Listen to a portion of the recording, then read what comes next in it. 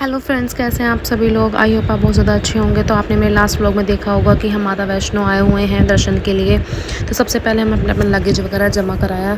Luggage जमा कराने के बाद हम माता रानी के दर्शन के लिए निकल चुके हैं और आरती का टाइम होने ही वाला था, क्योंकि आरती को कम से कम 2 घंटे लग जाते हैं और आरती के बाद में भी इतना ज़्यादा रश हो जाता है कि हमको जाकर फिर मॉर्निंग में जाकर माथा टेकने को मिलता है। और हमें ये था कि हम जिस दिन गए थे उसी दिन हमको माथा टेकना था। वैसे तो बोला जाता है कि माता रानी जब बुलाती है तभी जाना चाहिए, पर मैं अगर सजेशन दूं तो फ़ेब का जो मंथ होता है उसमें इतना अच्छे से माथा टेका जाता है। उस टाइम पर रश भी बहुत ज़्यादा कम होता है। आप सभी भी देख लो, ये माता रानी का भवन जो कितना प्यारा है, कितना सुंदर लग रहा है। रात में इसकी सुंदरता और ज़्यादा बढ़ जाती है। आप जो भी अभी तक नहीं गए हैं वो यहाँ से माथा टेकें, और मैं ज़रूर माता रानी से प्रार्थना करूँगी कि वो आप सभी को जल्दी जल्दी बुलाएं। उसके बाद हमने थोड़े से यहाँ फ़ोटो वगैरह शूट, बहुत ज़्यादा थक चुके थे तो हमने सोचा कि हम थोड़ा देर यहाँ रेस्ट कर लेते हैं।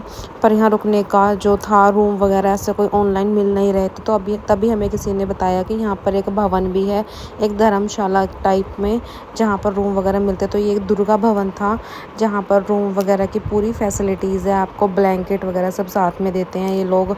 बहुत अच्छा इन्होंने ये बनाया हुआ है। ऊपर तो इन्होंने कैंटीन एरिया बना रखा है और नीचे इन्होंने बेसमेंट में इन्होंने क्या किया हुआ है कि गद्दे वगैरह सारा कुछ अच्छे से डाल रखे हैं। ब्लैंकेट्स वगैरह प्रोवाइड करते हैं। जो भी यहाँ रुकना चाहते हैं नाइट में वो यहाँ रुक सकते हैं।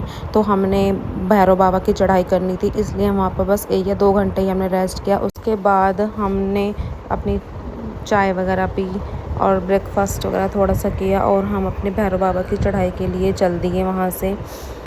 भैरव बाबा की चढ़ाई तो और भी ज़्यादा डिफ़िकल्ट लग रही थी, देख कर डर लग रहा था, पता नहीं कैसे होगा।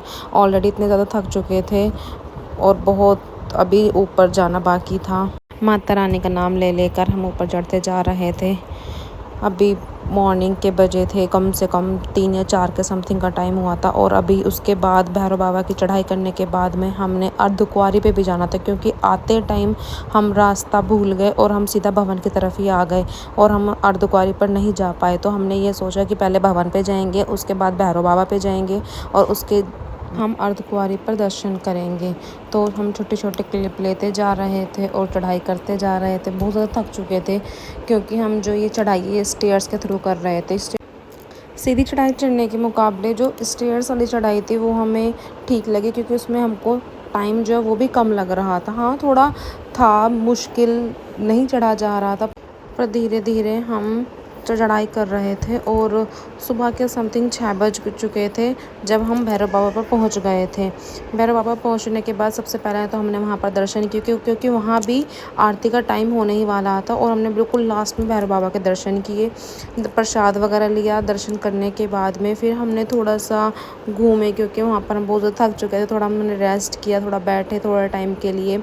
और हमने यहाँ पर ये व्यू देखो कितना प्यारा लग रहा है, पहाड़ एक खुला, मतलब पूरा ना बहुत अच्छे से इन्होंने बनाया हुआ था बैठने के लिए, थोड़ा रेस्ट करने के लिए। सुंदर भी बहुत ज़्यादा लग रहा था, क्योंकि तो सुबह का टाइम था, वहाँ पहाड़ वगैरह इतने सुंदर लग रहे थे।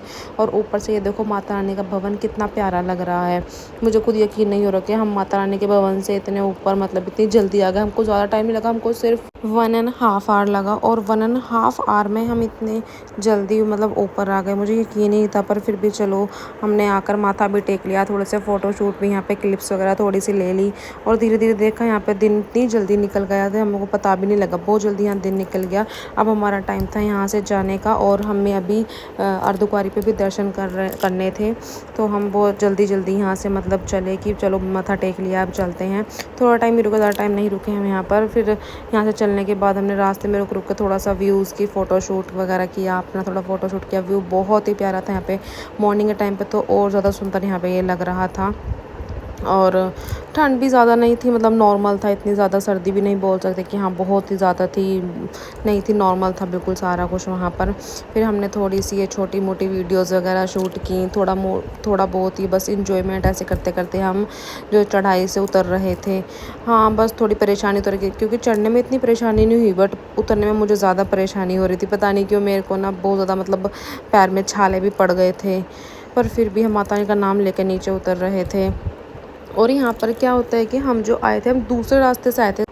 हम भैरव बाबा के मंदिर से माता रानी की भवन की तरफ को ना करके हम भैरव बाबा के मंदिर से सीधे ही आ गए, जिससे हम बहुत जल्दी नीचे पहुंच गए। और 9:30 बजे के समथिंग हम जो अर्धकुंवारी है वहाँ पर हम पहुंच चुके थे और रजिस्ट्रेशन भी करवा दिया था हमने इधर। तो आपको मेरा ये व्लॉग कैसा लगा कमेंट में ज़रूर बताना और मेरे नेक्स्ट पार्ट को ज़रूर देखना। Thank you.